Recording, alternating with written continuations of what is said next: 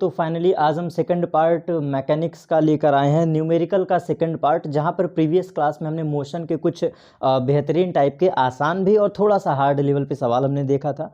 तो आज हमारा सेकंड पार्ट होगा मोशन पर बेस्ड सेकंड लेक्चर, जहां पर न्यूमेरिकल्स का डिस्कशन करेंगे। तो स्टार्ट करते हैं, चलिए क्लास को विदाउट टाइम को वेस्ट किए।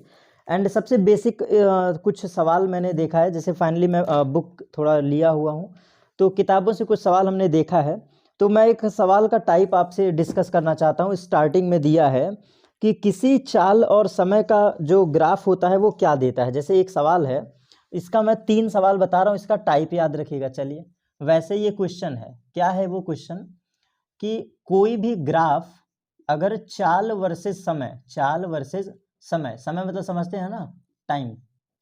अगर कोई ग्राफ आपको दिया है वेलोसिटी वर्सेस टाइम एक्सिस का कर्व, तो इस सभी ग्राफ का स्लोप क्या देता है। स्लोप, ये प्रश्न है बच्चा आया हुआ। स्लोप का मतलब होता है झुकाव, स्लोप का मतलब होता है प्रवणता। तो किसी भी वीटी ग्राफ का स्लोप देता क्या है, ये प्रश्न आपसे पूछा है। तो देखो, मैं सिंपल सी बात आपको बता रहा हूं, जब भी कभी इसको रट्टा मार लो, रट्टा मार लो, ये फैक्चुअल बातें हैं। वेग और समय एक्सिस का कोई भी कर्व दिया हो, तो जो स्लोप होता है that is dv by dt, that is delta v by delta t, और इसको हम कहते हैं त्वरण। ये एक्सीलरेशन देता है, नोट डाउन कर लीजिएगा। दुनिया का कोई भी चाल वर्सेस समय ग्राफ हो, velocity versus time graph, speed versus time graph, this slope is always give the magnitude of acceleration, means चाल और समय का जो स्लोप होगा, झुकाव होगा, वो त्वरण देता है। ठीक है, ये सवाल था, ये क्वेश्चन नंबर 1 था। लेकिन यहां से मैं आपके लिए एक दूसरा कॉन्सेप्ट बता रहा हूं कि अगर कभी आपको पोजीशन वर्सेस टाइम ग्राफ दे दे, तब क्या बोलोगे। चलो इसको भी रट्टा मार लो। ये पोजीशन है, पोजीशन का मतलब डिस्प्लेसमेंट हो सकता है, एक्स हो सकता है, स्थिति हो सकती है, पोजीशन वेक्टर। रट्टा मार लो बच्चा, फैक्चुअल। ये अगर पूछा हुआ प्रश्न है तो ये पूछ सकता है हमारे तरफ से। एक्स्ट्रा नॉलेज लेते जाइएगा। जब भी कभी विस्थापन, एस का मतलब विस्थापन, एक्स का मतलब विस्थापन, या फिर स्थिति, ये तीनों ग्राफ दे, किसके एक्सिस के अबाउट, समय एक्सिस के। ये मैंने मान लिया समय अक्ष।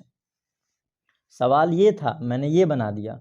जब भी कभी विस्थापन वर्सेस समय का स्लोप की बात करें, स्लोप, स्लोप मतलब झुकाव, तो इसमें भी आप लिखोगे ds अपॉन dt, या फिर delta s upon delta t। तो ये पता है क्या देता है, ये वेलोसिटी देगा, ये वेग देगा। कहोगे सर कैसे आप समझ जाते हैं, आइए आपको रिकॉल करवाते हैं। विस्थापन बटे समय क्या हुआ करता था, विस्थापन बटे समय क्या होता था, जरा देखो। ds का मतलब है विस्थापन, ds का मतलब, और dt का मतलब समय। तो विस्थापन बटे समय क्या होता है, वेग होता है। Answer clear.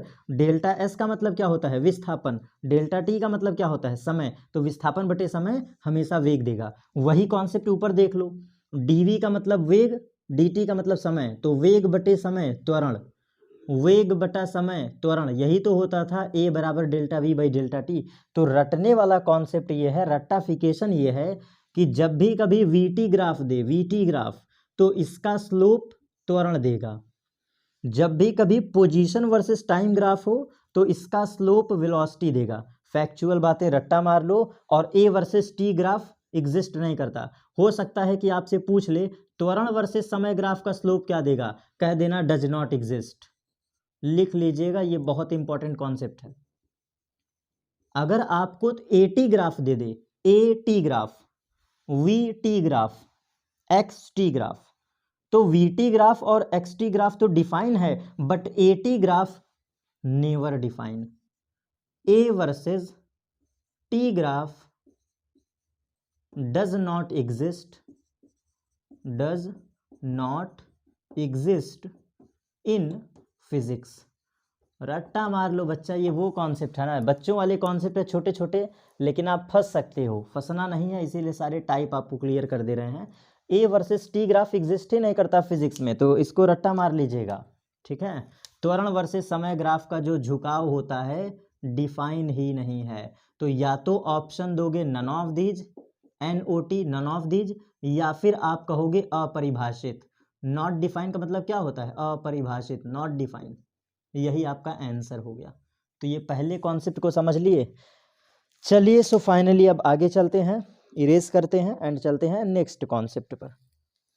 देखो अब दूसरा कॉन्सेप्ट क्या है। ये दूसरा कॉन्सेप्ट भी बहुत बच्चों वाला है, एक सवाल छोटा सा, चलिए इसको भी प्रैक्टिस कर लेते हैं। बहुत आराम आराम से पढ़ा रहा हूँ, बस मेरे क्लास के बातों को आप ध्यान दीजिएगा। जो मैं शब्द बोलता हूँ आप अपने कॉपी पे नोट डाउन करते रहा करो, ठीक। क्लास के दौरान होता क्या है कि जब भी क्लास पढ़ाते हैं तो एक ऐसा माहौल क्रिएट हो जाता है, चाहे ऑनलाइन हो या ऑफलाइन हो, एक ऐसा माहौल क्रिएट हो जाता है कि टीचर फैक्चुअल बातें या फिर काम की ही बातें करता है, यहाँ फर्जी बातें नहीं होती, तो कॉन्सेप्ट ही निकलता है माइंड से। तो आप कॉपी पेन ले के बैठा करिए ताकि कुछ भी काम का कॉन्सेप्ट आपको नया लगे, क्लास से नोट कर लिया करिए। टाइप नंबर सेकंड, आइए सेकंड टाइप ऑफ न्यूमेरिकल पे चलते हैं। तो देखिए अब इस सवाल में ये बड़ा अच्छा सवाल है, आप सभी जानते होंगे nवें सेकंड पर चली गई दूरी, ये वाला कॉन्सेप्ट है। nवें सेकंड पर, nवें सेकंड में चली गई दूरी, ये कॉन्सेप्ट आप बड़े अच्छे से पढ़ते हैं। nवें सेकंड में चली गई दूरी बड़ा इंपॉर्टेंट कॉन्सेप्ट है। आइए इसका भी न्यूमेरिकल समझ लेते हैं। s ऑफ nth, इसको हम कहते हैं s of nth is equal to un plus half of a 2n minus 1, यही पढ़ते हैं ना formula. Distance covered by a body in nth time interval, nth पहलेवें सेकंड में, दूसरे सेकंड में, तीसरे सेकंड में, चौथे सेकंड में, एट एनी सडन इंस्टेंट पर जो डिस्टेंस कवर्ड की गई होती है by a body, that is distance covered by nth second, ठीक है।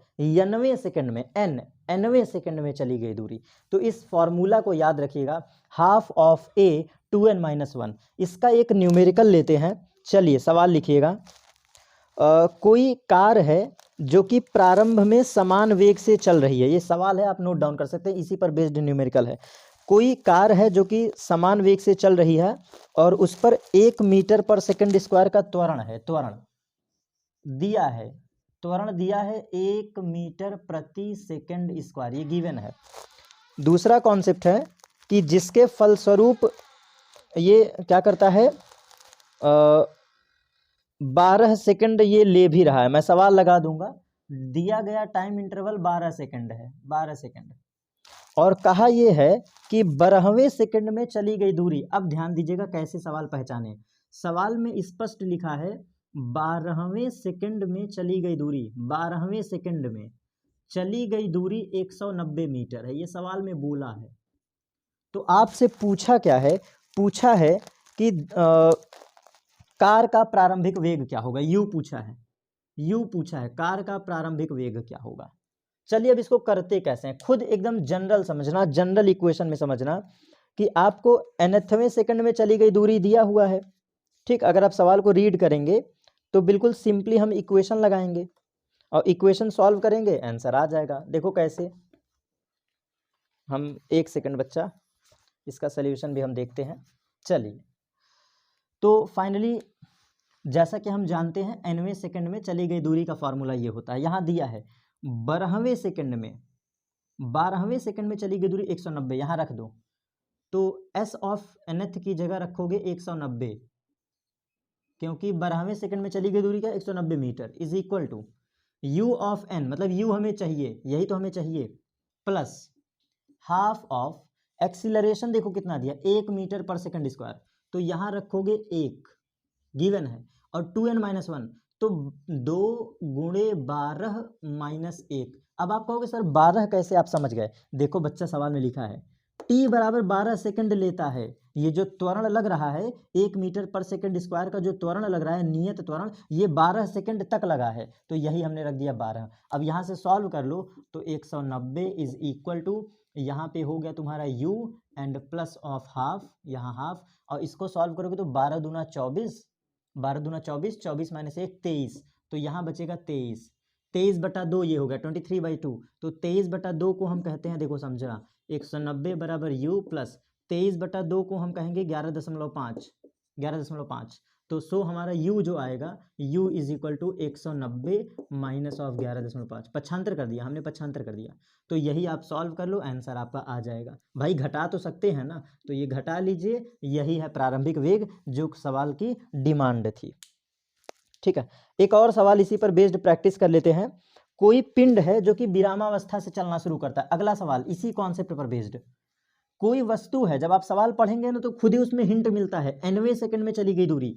इस कॉन्सेप्ट को मैंने थियरी में नहीं पढ़ाया था, लेकिन सवाल के थ्रू जरा समझना कि जब भी आप कभी न्यूमेरिकल पढ़ो, न्यूमेरिकल, वहां पर स्पष्ट बोलेगा कि 90 सेकंड में चली गई दूरी, 90 nth टाइम पीरियड में। तो nth टाइम पीरियड जब भी सवाल में आए, इस कॉन्सेप्ट को रट लो बच्चा कि यही यूज होगा। आइए नेक्स्ट सवाल देखते हैं। कोई पिंड है जो कि विरामावस्था से चलता है, विरामावस्था। तो विरामावस्था का मतलब ही हो गया u बराबर 0। A body starts from rest, विरामावस्था का यह मतलब होता है start from rest, u is equal to 0, ये गिवन है। कहा है कि यदि त्वरण 10 मीटर पर सेकंड स्क्वायर हो, त्वरण एक्सीलरेशन गिवन है, त्वरण हमारा क्या है 10 मीटर पर सेकंड स्क्वायर। तो पूछा यह है कि किसी पिंड के द्वारा 6वें सेकंड में चली गई दूरी, पिंड के द्वारा 6वें सेकंड में, ये मैं प्रश्न अपने से बना रहा हूं, 6वें सेकंड में चली गई दूरी। तो आप पढ़ के देखो, 6वें सेकंड मतलब 90 आ रहा है ना फीलिंग, 90। तो 6वें सेकंड में दूरी चली गई दूरी। और इंग्लिश वाले बच्चे अगर इसी क्वेश्चन को देंगे तो a body start from rest where constant acceleration is given 10 metre per second square, what is the distance covered by a body in 6th second, what is the distance covered by a body in 6th second, 6वें second में। तो formula apply कर दीजिए, हमें पता है s of 6th हमें निकालना है, x ऑफ 6th हमें निकालना है, x ऑफ 6th हमें निकालना है, u of n that is given 0, u of n 0 plus यहाँ पे रखेंगे हाफ, और a की जगह गिवन है 10, a की जगह रख दिया हमने 10, और इसके बाद क्या दिया है 6वें सेकंड में। तो आप देखो 2 गुणे 6 माइनस 1, सिंपली हमारा ये आंसर हो गया। और इसको अब सॉल्व करते हैं और अच्छे से। तो ये हाफ 2 से कटेगा 5 बार में 5, तो ये हमने 5 लिख दिया, और यहाँ से बचेगा 2 छंग 12, 12 माइनस 1 11, तो ये 11 बचा अंदर, और 11 पंजे 55 होता है, मीन्स आंसर हमारा आ गया 6वें सेकंड में वस्तु के द्वारा चली गई दूरी कितना है 55 मीटर। तो कभी भी s ऑफ nth पर बेस्ड कॉन्सेप्ट आए तो इस सवाल को लगा करके आप सॉल्व कर सकते हैं। नेक्स्ट टाइप ऑफ न्यूमेरिकल चलते हैं, ये 2 सवाल बहुत पर्याप्त हैं। s ऑफ nth में इससे ज़्यादा आपसे नहीं घुमाएगा, ठीक है। टाइम पीरियड देगा 90 सेकंड में, रख दो, त्वरण देगा, त्वरण निकाल लो। अगर बहुत सवाल कॉम्प्लिकेटेड करेगा तो आपसे ऐसे कर सकता है। चलो मैं एक सवाल देता हूँ, ठीक, मैं एक सवाल देता हूँ। बहुत अगर कॉम्प्लेक्स करेगा तो मैं ये अपने से सवाल बना रहा हूँ, ध्यान दीजिएगा। कोई वस्तु है जो कि विरामावस्था से चलती है, कोई वस्तु है, अपने से सवाल बना रहा है इसलिए लिखते चलिएगा। कोई वस्तु है, this is start from rest, मतलब u बराबर 0, ठीक है। और 5 सेकंड के बाद वस्तु की चाल हो जाती है 20 मीटर पर सेकंड, वस्तु की चाल हो जाती है 20 मीटर पर सेकंड। आपको बताना है कि इसी वस्तु के द्वारा 7वें सेकंड में चली गई दूरी, 7वें सेकंड में चली गई दूरी। सवाल यही है, मैंने कॉम्प्लिकेटेड कर दिया। 7वें सेकंड में चली गई दूरी means overall s of 7th आपसे पूछा है। अब जो बच्चा फॉर्मूला लगाने बैठेगा तो पहली बात आंसर में फंस गया। s of nth is equal to u plus half of a 2n minus 1, ठीक है। 2n माइनस 1 एकदम क्लियर, ये हमारा पॉइंट हो गया। अब देखो करते क्या है, u की जगह 0 रख दोगे क्योंकि गिवन है, लेकिन हमें a नहीं पता है। ध्यान से इसमें समझने वाली बात यह है कि a नहीं दिया है, n की जगह तो 7 रख दोगे लेकिन a नहीं गिवन है। तो सबसे पहले चलो a निकालते हैं। इक्वेशन आप लगाओगे v बराबर u प्लस at से, सबसे पहले ये लगाओगे। v बराबर गिवन है 20 इज इक्वल टू ये है 0 प्लस a इंटू 5, ये दिया था। तो हमारी इक्वेशन हो गई 5a बराबर 20, a बराबर 4। तो a की वैल्यू आ गई। अब उठा के इसको यहाँ रख दो, आंसर आ जाएगा। देखो कैसे, u की जगह 0 क्योंकि starts from rest, a body start from rest 0 plus यहाँ हाफ इंटू ए की जगह पे 4 इंटू अंदर हम रखेंगे 2 गुणे 7 माइनस 1। क्यों? क्योंकि 7वें सेकंड में पूछा है सवाल में, 7वें सेकंड में चली गई दूरी। तो अब इसको सॉल्व करेंगे, 2 से गया 2 बार में, ठीक है, ये हो गया 2, और अंदर सॉल्व करेंगे तो 7 दूना 14, 14 माइनस 1 13, तो 2 गुणा अंदर बचा 13। भाई समझ जा रहे हो, 7 दूना 14, 14 माइनस 1 13, 13 13 दूना 26, तो आंसर हमारा आ गया 26 मीटर। 7वें सेकंड में ये जो वस्तु है वो चलेगी 26 मीटर की दूरी, ठीक है। तो फाइनली ये छोटे छोटे कॉन्सेप्ट हमारे एस ऑफ nth पर बेस्ड कंप्लीट हो गए। अब आइए चलते हैं नेक्स्ट टाइप ऑफ न्यूमेरिकल पे। देखो जो नेक्स्ट टाइप का न्यूमेरिकल है ये थोड़ा सा डिफरेंट मैंने कर दिया है, थोड़ा सा डिफरेंट, ये कॉन्सेप्ट पकड़ लीजिएगा हमेशा के लिए। चलिए इसको एक तरफ सॉल्व करते हैं। यहाँ पे 2 टाइप का सवाल रीड करेंगे, 2 टाइप का, छोटा सा कॉन्सेप्ट, छोटा सा सवाल, ये हम लाइन खींच देना, इतने में हमें सोल्यूशन कर लेना है।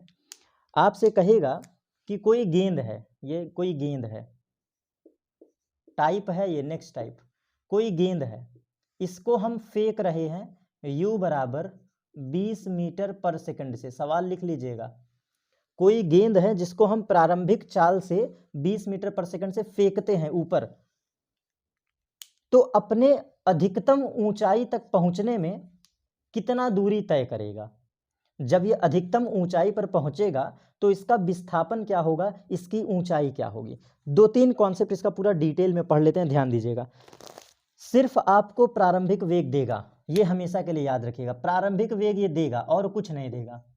पूछेगा क्या क्या, इसकी डिमांड होगी विस्थापन, इसका डिमांड होगा h निकालना, इसकी डिमांड जो है आप h डिफाइन करो कि कितना ऊंचा गया। और दूसरा पूछेगा कि कितने टाइम बाद वो अधिकतम ऊंचाई पर हो, मतलब ये भी कहेगा कि वह समयांतराल निकालो, वह टाइम पीरियड निकालो, वह समयांतराल ज्ञात करो जब वस्तु अधिकतम ऊंचाई पर हो, जब वस्तु अधिकतम ऊंचाई पर हो, अधिकतम ऊंचाई पर हो, ये भी आपसे निकालेगा। तो ये 2 अलग अलग कॉन्सेप्ट हैं, ये 2 अलग अलग टाइप का न्यूमेरिकल है। चलिए ध्यान दीजिएगा, पहले इसको सॉल्व करते हैं। तो जब भी कभी ऐसे सवाल में प्रारंभिक वेग दिया हो, प्रारंभिक वेग, तो हम अपने दिमाग से इक्वेशन लगाएंगे, कौन सा, नीचे से ऊपर बॉडी जा रही है तो हम इक्वेशन लगाएंगे s बराबर ut प्लस हाफ GT²। लेकिन यहाँ तो समय दिया है, समय हमें पता ही नहीं है, फंस जाओगे, मत यूज करो। एक और इक्वेशन होती है, देखो एक और इक्वेशन होती है v² बराबर u² माइनस ऑफ 2gh, पढ़े हो ना, गति का तृतीय समीकरण, ये वैलिड होगा। कहोगे सर कैसे आप समझ जाते हैं, कैसे पकड़ लेते हैं। देखो अधिकतम ऊंचाई पर विस्थापन क्या होता है, 0। जब भी कोई वस्तु अधिकतम ऊंचाई पर होगी तो विस्थापन क्या होगा, 0। तो यहां पर कहा है कि यह गेंद सबसे अधिकतम ऊंचाई पर कब पहुंचेगा। ये सब कॉन्सेप्ट एक्सप्लेन कर रहा हूं, ये सब सवाल नहीं है बच्चा, ये कॉन्सेप्ट हैं। तो अधिकतम ऊंचाई पर v क्या होता है, 0 रख दिया, इज इक्वल टू प्रारंभिक वेग दिया है 20, तो 20 का होल स्क्वायर माइनस 2 इंटू जी की जगह 10 रख दो इंटू h। यहां से सॉल्व करो तो 20 दिशा में 400, ये हो गया तुम्हारा 400 इज इक्वल टू, ये इधर जाएगा तो हो जाएगा 20h, सही है, पक्षांतर कर दिए। और जब h बराबर लिखोगे तो h बराबर हो गया 400 डिवाइड बाई 20, 0 0 कट गया, यहाँ से आया 20, तो हाइट क्या हो गई, 20 मीटर। अब आपको एक कॉन्सेप्ट बताएं, ये सवाल पढ़े और इससे हमें फ़ायदा क्या मिला, ध्यान दीजिएगा जरा, कॉन्सेप्चुअल क्लियरिटी ज़रूर रखिएगा। ये सब 2-3 सवाल के मिक्सचर हैं, इनको एक सवाल मत कहो बच्चा। मेरा एक टाइप का न्यूमेरिकल 3-3 4-4 सवाल के बराबर होता है, मैं उसी वे में पढ़ाता ही हूँ। एक कॉन्सेप्ट से जितने सवाल बन सकते हैं मैं सब करवा डालूंगा। तो पहले टाइप को पकड़ो, सवाल पे मत जाओ कि सवाल दिया क्या है, सवाल बहुत घटिया चीज़ है, छोटी चीज़ है। टाइप को पकड़ो। आपको सवाल में ये पकड़ना है कि जब भी कोई बॉडी मोशन अंडर ग्रेविटी का सवाल हो, गुरुत्वाधीन गति का, तो आपको ये समझ में आना चाहिए कि ये वस्तु ऊपर जा रही है, पहली चीज, ठीक। और दूसरी बात कि यहाँ पर प्रारंभिक वेग बस दिया है और कुछ नहीं दिया है। यहाँ पर सवाल में प्रारंभिक वेग दिया है और पूछा क्या है, पूछा है कि जब ये वस्तु अधिकतम ऊंचाई पर होगा तो विस्थापन ज्ञात करो। When this body covers eight highest distance, तो हाईएस्ट डिस्टेंस तभी होगा जब v शून्य हो जाए। एक बात बताओ, तुम किसी गेंद को खूब जोर लगा के, ताकत लगा के ऊपर की तरफ फेंको तो एक समय बाद वेलोसिटी 0 होती है ना, तब तो वो वापस आती है। वही कॉन्सेप्ट हमने लगाया, v बराबर 0। तो h क्या है, 20, इसी को कहते हैं अधिकतम ऊंचाई। ये जो आंसर निकाले हो, दिस इज मैक्सिमम हाइट, यही वो ऊंचाई है। जब आपने 20 मीटर का वेग दिया तो ये कितना दूरी चलेगा, 20 मीटर। अब हम निकालेंगे टाइम पीरियड। सर क्यों, देखो समझो, u से हमने फेंका है तो ये बॉडी u से गई है, यहां पर वेलोसिटी हो गई 0, वेलोसिटी 0, और इसने डिस्टेंस कितना चला, that is 20 metre, that is 20 metre. इसने कितना हाइट चला, 20 मीटर, ठीक है। जब इसको हमने ऊपर की तरफ फेंका तो ये 20 मीटर चला। अब हम टाइम पीरियड निकाल सकते हैं बाय दिस इक्वेशन, तो कुल दूरी कितना है, 20 is equal to u into t, तो u हमें गिवन है 20 इंटू टी, दिया है ना 20 into t, plus half of g t square, तो g की जगह रख दो 10 और यहाँ हो गया टी स्क्वायर। इसको सॉल्व करते हैं, जरा सॉल्व करते हैं। पहले तो सब में 2 कॉमन है, 2 कॉमन ले रहे हैं, तो ये हो जाएगा 10 इज इक्वल टू, ये हो जाएगा 10 इंटू टी, और यहाँ से जब 2 कॉमन लेंगे तो ये हो जाएगा 5/2, या एक काम करिए एलसीएम ना लेके ज़्यादा अच्छा रहेगा, हाँ ना लो, इसको मत लो क्योंकि कैलकुलेशन और कॉम्प्लेक्स हो जाएगा।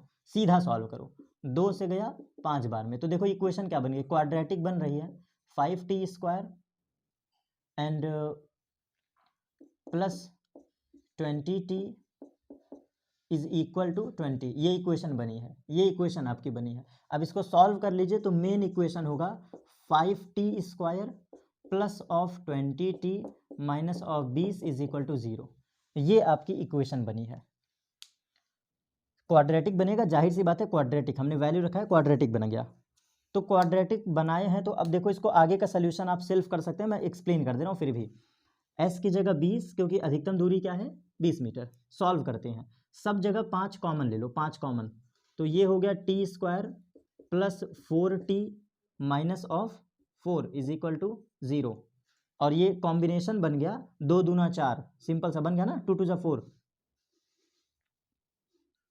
बिल्कुल सही है, बना दीजिए, एकदम सही है, 2 दूना 4, तो ये हो गया t square plus 2t plus 2t minus 4, common लेंगे तो यहाँ से t हमने कॉमन लिया, बन गया t प्लस 2, और यहाँ से माइनस 2 कॉमन लेंगे तो बन जाएगा t प्लस 2। आंसर आपका आ चुका है, एक है t प्लस 2, एक है t minus 2 is equal to 0, तो t बराबर 2 सेकेंड वैल्यू भी आ गई, t बराबर 2 सेकेंड वैल्यू भी आ गई। सिंपली तो ये वाला लेंगे नहीं क्योंकि समय का भी ऋणात्मक होता नहीं है, t बराबर 2 सेकेंड, सिंपल सा आंसर आपका आ गया। ये कॉम्बिनेशन हमने क्यों किया, क्वाड्रेटिक बना के। एक आसान ट्रिक इसमें ये भी था, फर्स्ट इक्वेशन यूज करके निकाल सकते थे, वेलोसिटी हो गई 0 और एक्सीलरेशन की वैल्यू रख दो, आंसर आ जाता बिल्कुल आराम से। तो ये टाइप हमारा यहाँ पे कंप्लीट, इस न्यूमेरिकल में सब कुछ आ गया। क्या पूछा था, सवाल को ध्यान से पढ़ो, वह समयांतराल ज्ञात करो जब वस्तु अधिकतम ऊंचाई पर हो, नॉर्मल समयांतराल नहीं, अधिकतम पर हो। तो जब अधिकतम कहेगा तो आपको इसी इक्वेशन से निकालना होगा, नहीं तो हम पहला नहीं यूज कर लेते, हम पहला भी तो यूज कर सकते थे, लेकिन सवाल की कंडीशन थी, कंडीशनल सवाल है, 2 समयांतराल वो वाला चाहिए जब वस्तु अधिकतम ऊंचाई पर हो। तो ये भी टाइप याद रखिएगा, इससे आपके सवाल लग जाएंगे। और पता है एक बात बताएं, आईआरटी और पॉलिटेक्निक का वाकई में इस समय जो चल रहा है लेबल बहुत खास नहीं है, बहुत खास नहीं है। बस है क्या कि आपको इतना बेसिक पता हो कि नीचे से ऊपर गेंद जाती है तो माइनस, ऊपर से नीचे आता है तो प्लस, अधिकतम ऊंचाई है तो v बराबर 0, कौन सा समीकरण यूज करना है ये पता होना चाहिए। नहीं तो पता चलता है आधे लोग लगाना है पहला समीकरण, लगा देते हैं तीसरा समीकरण, ये नहीं करना है। सवाल कॉम्प्लेक्स नहीं आ रहे हैं आजकल, बहुत आसान आ रहे हैं, बस आपको टाइप पकड़ना है। सवालों के टाइप 4-5 ठो पढ़ लो, वहीं में फिक्स हो जाता है सवाल। चलिए अब एक और सवाल, ये लास्ट सवाल होगा आज के क्लास का, क्योंकि कॉन्सेप्चुअल जब ज़्यादा हो जाए तो थोड़ा आसान सवाल पढ़ लेना चाहिए। कॉन्सेप्चुअल ज़्यादा हो रहा है इसलिए अब आसान सवाल पढ़ते हैं। चलिए देखिए, एक सवाल है कि कोई वस्तु है, क्या है, कोई वस्तु जो कि विरामावस्था से गिरती है तो 2h दूरी गिरने में वेग कितना प्राप्त करेगा। जैसे एक सवाल है, ये प्रश्न है, ये बिल्कुल प्योर न्यूमेरिकल एक प्रश्न है। ये क्वेश्चन देखिएगा, हमने मान लिया पृथ्वी, कोई गेंद नीचे गिर रही है, कोई गेंद है, ये गेंद मान लो नीचे गिर रहा है, ये कोई गेंद है नीचे गिर रहा है, लेकिन कंडीशन लिखा है कि u बराबर 0 है, मतलब ये विरामावस्था से गिर रहा है, स्वतंत्रता पूर्वक छोड़ी जा रही है। आपसे कहा है कि जब ये गेंद 2h दूरी गिरेगा, जब ये गेंद 2h दूरी, 2h ये कहा है सवाल में, कंडीशनल है, जब ये गेंद 2h दूरी गिर जाएगा तो वेग बताओ, वेग। बड़ा ही आसान सवाल है, बहुत आसान सवाल है। देखो कैसे, सिंपल सा इक्वेशन लगा दो, थर्ड इक्वेशन, ऊपर से नीचे आती है तो v² बराबर u² प्लस 2gh, एकदम क्लियर। ऊपर से नीचे आने में प्लस होता है, तो v हमें चाहिए बराबर, u क्या है प्रारंभिक, 0 का होल स्क्वायर, प्लस 2 वैसे ही रहेगा, g वैसे ही रहेगा, इसने कहा है 2h दूरी, तो g की जगह रख दो 2h।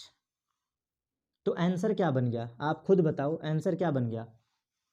अरे स्क्वायर रूट कहाँ हमने लगा दिया, स्क्वायर रूट नहीं रहेगा, ठीक। अब इसको देखो क्या होगा ये, तो हमारा फाइनली जो v² होगा, 0 खत्म, 2 दूना 4, ये हो गया 4gh, और जब v की वैल्यू निकालेंगे तो 2 आ जाएगा बाहर, स्क्वायर रूट के अंदर gh, और ये रहा 2, ये हो गया आपका आंसर। बताओ अब तुम मुझे खुद बताओ, ये क्या कॉम्प्लेक्स सवाल है, कितना आराम से सवाल था। कहा है कोई गेंद है, स्वतंत्रता पूर्वक छोड़ी जाती है, when a body is free fall then define the velocity when body covers at 2h height. Simple सा सवाल, कोई वस्तु है फ्री फॉलिंग गिर रही है, जब वो 2h ऊंचाई चलेगी या नीचे उतरेगी तो वेग क्या होगा, यही तो पूछा था। ठीक है, क्लियर। अब आपको एक बात बताएं, यहाँ पर मैं एक्स्ट्रा और बता दूं अगर, तो प्रारंभिक वेग पता है ना।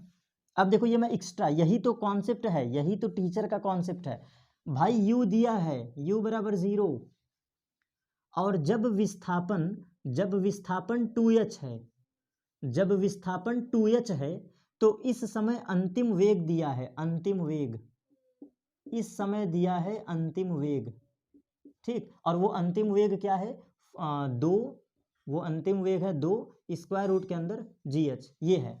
मैं समय अंतराल भी तो पूछ सकता था, मैं कहूँगा कि 2h दूरी उतरने में समय कितना लिया, 2h दूरी उतरने में समय कितना लिया, लगा दो पहला समीकरण, v बराबर u प्लस gt, ठीक है। v की जगह रख दो 2, स्क्वायर रूट के अंदर gh is equal to u की जगह 0 प्लस g की जगह आप सिंपली g रख दो, और इसके बाद टाइम पीरियड t, तो पक्षांतर कर दो, तो जो टाइम पीरियड t होगा ना, t is equal to 2 times ये square root of gh whole divide by g, और जब ये g अंदर जाएगा तो 2 बार बन के जाएगा, कट करके आंसर हो जाएगा 2, स्क्वायर रूट के अंदर g into h whole divide by g square, ये होगा आपका, ये होगा इक्वेशन। 2 बार जाएगा ना, आपको पता है, ये अंदर जाएगा तो स्क्वायर बन के जाएगा, g से g कट गया, नेट आंसर हो जाएगा तुम्हारा जो मेन आंसर है, वो आंसर ये हो गया। इसको मैं शॉर्ट में लिख दे रहा हूँ, 2 बाहर ही रहेगा, स्क्वायर रूट के अंदर g by sorry h by g, सिर्फ और सिर्फ h by g, h by g, ये है टाइम पीरियड। ये आप आंसर, ये अननोन वैल्यू में आंसर रट्टा मार सकते हो, कुछ लगा दिमाग में। सो फाइनली आप समझ सकते हैं, हमने कुछ खास यहाँ पर स्टेप अप्लाई नहीं किया है। ये था गति का समीकरण, ठीक है, गति का समीकरण। v की जगह पे हमने रख दिया वेग 2 टाइम्स समथिंग, और प्रारंभिक वेग 0 है, gt हमें समय चाहिए था, समय पक्षांतर किए डिवाइड बाई जी, और जब ये जी अंदर जाएगा स्क्वायर रूट के अंदर तो स्क्वायर बन के जाएगा, ये देखो स्क्वायर, तो एक जी से एक जी कट गया, एच बाई जी बचा, वही एच बाई जी। तो यही था आपका आंसर। देख तो रहे हो आप, खुद ही देखो ना, मैं हर सवाल में कुछ ना कुछ नया दे दे रहा हूँ। ये सवाल आप पढ़ के लगाओ, अगर फंसते हो तो भाई जो भी सिस्टम है ऑनलाइन वाला आप सेंड करो, मैं अगर बहुत कॉम्प्लेक्स सवाल होगा तो लाइव डिस्कस कर लूँगा, और अगर बहुत नॉर्मल है तो व्हाट्सएप पर सोल्यूशन मिल जाएगा आपको। ठीक,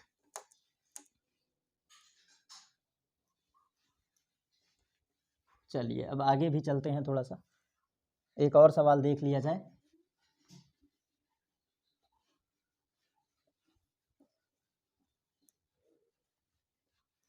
एक बड़ा अच्छा सवाल है, कुछ बच्चे पूछते हैं, हर साल पूछते हैं, बहुत अच्छा सवाल है, देखिए याद आ रहा है इसीलिए करवा दे रहे हैं। कोई गेंद है, कोई गेंद है, प्रारंभ के 2 सेकंड में, सुनिएगा, प्रारंभ के 2 सेकंड में, इस सवाल को आप लिख सकते हैं। कोई गेंद है, प्रारंभ के 2 सेकंड में S1 दूरी चलता है, S1, और अगले 2 सेकंड में, अगले, ये लिखा है, ये सवाल में लिखा है, अगले 2 सेकंड में, अगले 2 सेकंड में S2 दूरी चलता है। बड़ा इंपॉर्टेंट सवाल है, इसको इंपॉर्टेंट करके नोट कर लीजिएगा,